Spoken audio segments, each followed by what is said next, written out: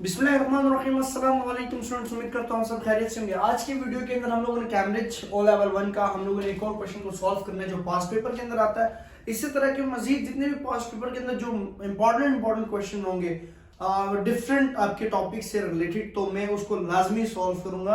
अभी मेरी O level की जो है सेकंड वीडियो बनने जा रही है। फर्स्ट वीडियो जो मैंने वो फैक्टराइजेशन पे बनाई थी, जो इंपॉर्टेंट आपको मैंने फैक्टराइजेशन का मेथड दिया था।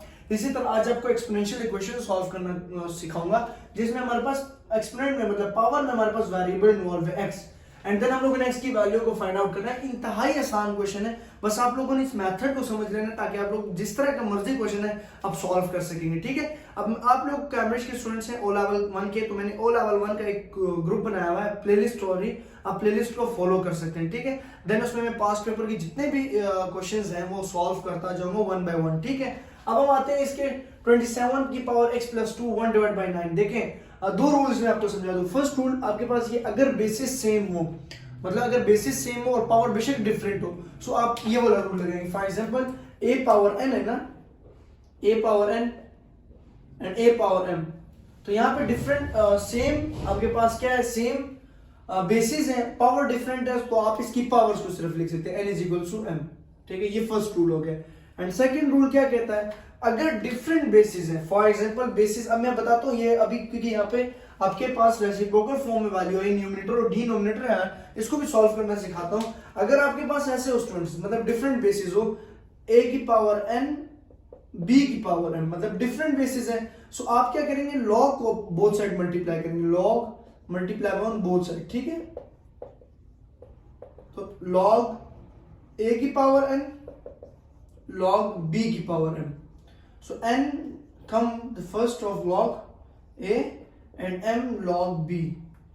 इससे क्या होगा, जब भी आपके पास ये वाला जो है, ये इंपॉर्टेंट कॉन्सेप्ट है, ये पता है ये कब होगा स्टूडेंट्स, ये आपके पास तब होगा जब आपके पास वेरिएबल में पावर इन्वॉल्व हो और बेसिस भी सेम ना हो। जब डिफरेंट बेसिस होंगे तो आप लॉगरिथम का हेल्प लेंगे, एंड लॉग क्या करता है कि पावर को शुरू में ले आता है। ठीक है, ये लॉग का रूल आप लोगों ने शायद पढ़ा भी, लॉग a की पावर b, सो आप इसको लिख सकते हैं b log a, ऐसा ही है।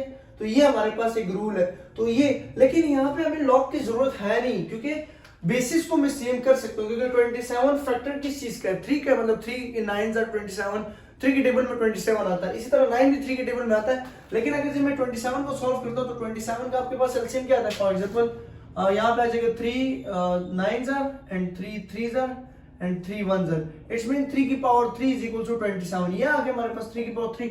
अगर 9 को मैं सॉल्व करता हूं तो 9 भी मेरे पास सॉल्व हो सकता है, मतलब 9 3 2s are और 3s are and 3 1s are, तो 3 पावर 2 इज इक्वल टू 9। तो ये मेरे पास दोनों 3 सेम फैक्टर्स, सेम बेसिस इनकी बन रही है, ये वाला कॉन्सेप्ट।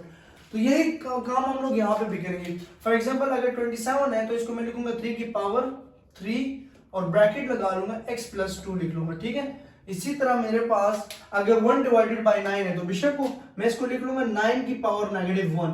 अब -1 का मतलब क्या हो गया, 9 यहाँ पे नीचे पॉजिटिव 1 है, ऊपर आके -1 हो जाएगा, और इसी तरह 2x प्लस 4। ठीक है, 2x प्लस 4। इसके बाद हमारे पास क्या हो जाएगा, 3, इन दोनों पावर्स को आपस में मल्टीप्लाई करेंगे, 3x प्लस 2, ठीक है, इज इक्वल्स टू, अब ये -1 है और 2x प्लस 4 है। अब 2 की पावर -1 नहीं लिखेंगे, 3 की पावर -1 नहीं, बल्कि हम लिखेंगे 3 की पावर -2, क्योंकि जब हम लोगों ने यहाँ पे कॉन्सेप्ट समझे 9 की पावर -1 है, तो 9 तो खुद 3 का स्क्वायर है, मतलब हम लिख सकते हैं 3 का स्क्वायर और साथ मल्टीप्लाई हो रहा है -1, क्योंकि पावर्स आपस में मल्टीप्लाई हो जाएंगे तो 3 की पावर -2 आ जाएगा। ठीक है, 2 1 2, 3 की पावर -2 और जो पावर है वो साथ बाहर आ जाएगी, 2x प्लस 4। ठीक है, एंड अनदर स्टेप आप देखिए, आपके पास ये -2 इससे मल्टीप्लाई होगा, लेकिन बेसिस तो सेम होगी ना। अब for example 3x plus 6 powers multiply होगी, यहाँ पे 3 -4x एंड -8। ठीक है, -8। अब बेसिस पावर नीचे बेसिस देके सेम है 3 3, आप लिखे 3x plus 6 is equal to -4x -8। ठीक है, -4x -8। यहां तक बात की समझ आई आप लोगों को। अब इसमें से सिंपल जैसे लीनियर इक्वेशन को सॉल्व करते हैं, x की वैल्यू फाइंड आउट करते हैं, वैसे करते हैं। For example 3x positive 4x is equal to -8 और -6।